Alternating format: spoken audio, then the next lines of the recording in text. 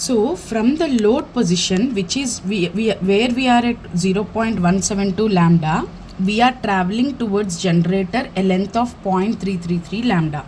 Okay, so when we add 0.333 lambda, we got 0.505 lambda, which is nothing but 0.005 lambda. So when we are traveling that much of distance, we need to see the scale: 0, 0.125, 0.25, 0.375, 0.5. So we at the leftmost point we are at 0.5 lambda. Above 0.5 we need to move 0.005 lambda. Okay, so in order to locate the 0.005 lambda, you need to see the wavelengths on the towards the generator scale. Where is your actually the basic scale position? It is, see here, this is 0.001 position. This is wherever you are having 0.49 na in the innermost scale, there you will be having 0.01 scale. Okay, so 0.49 is nothing but 0.01. Here 48 is nothing but 0.02. 47 is nothing but 0.03. 46 is nothing but 0.04. From here you can have the indications on the scale, but here we don't have. That's the reason I have marked here. Okay, so on the topmost, on the uppermost circle, this is 0.01.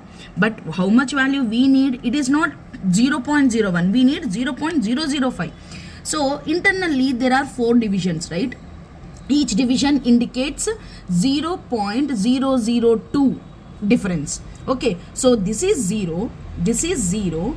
The innermost scale is 0. First division is 0.002. This is 0.004.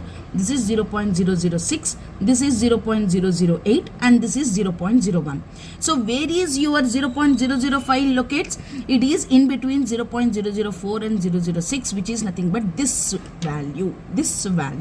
So from there you have to draw the straight line joining that point towards the center.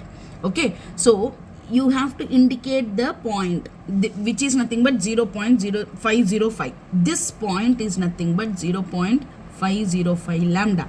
So from that point you have to draw a line to the center. Okay, this is the line, and that line, where is it intersecting the VSWR circle?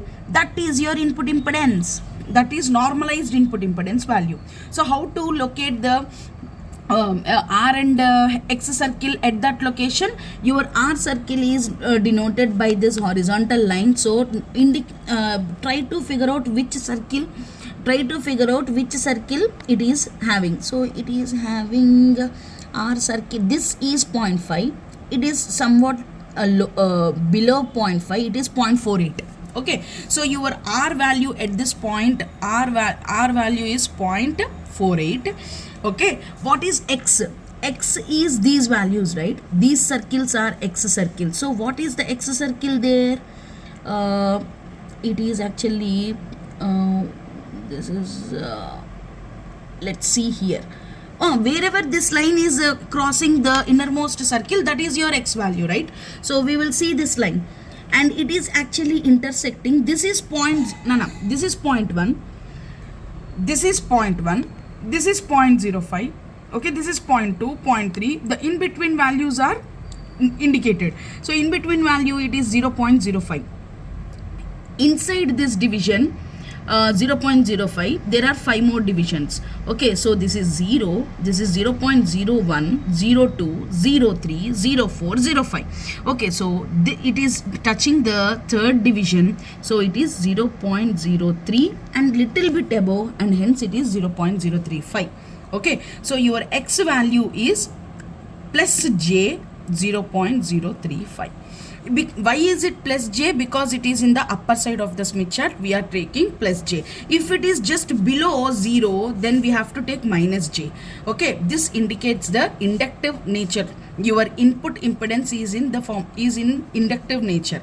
Okay, if it is coming below the Smith chart, towards the lower half of the Smith chart, then it indicates the capacitive nature. Okay, so now your input impedance, normalized input impedance you got. Okay, so we will write it as normalized input impedance as 0.48 plus j 0.035 ohms.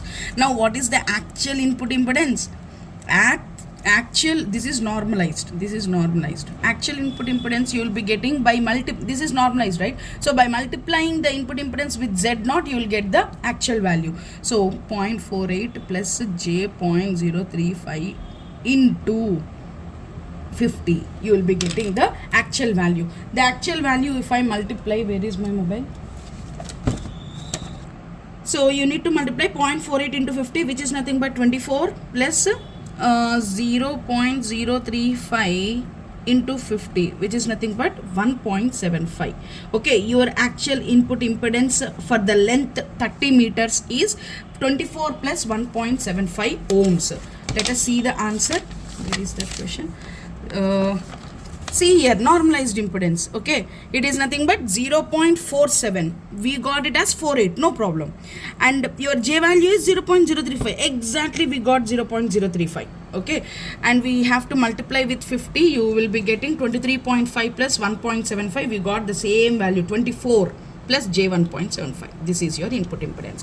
If at all you are asked to calculate the input impedance in between, okay, and they will be giving the length from the load. Okay, if they ask to calculate the input impedance by traveling 10 meters from the load, then what you will be doing? If nothing is given, you have to calculate at the input side. That means the overall length has to be considered. If a problem is given like this, then you have to convert this 10 meters. You have to convert this 10 meters into lambda and travel that much of distance towards the generator, and mark the point there and join the line to the center, and wherever that point is crossing this intersecting this VSWR circle, will give you the normalized input impedance value by seeing the R and X circle values. Okay, this is how you have to solve the Smith chart problem. The only thing they will be asking you is the reflection coefficient and the VSWR.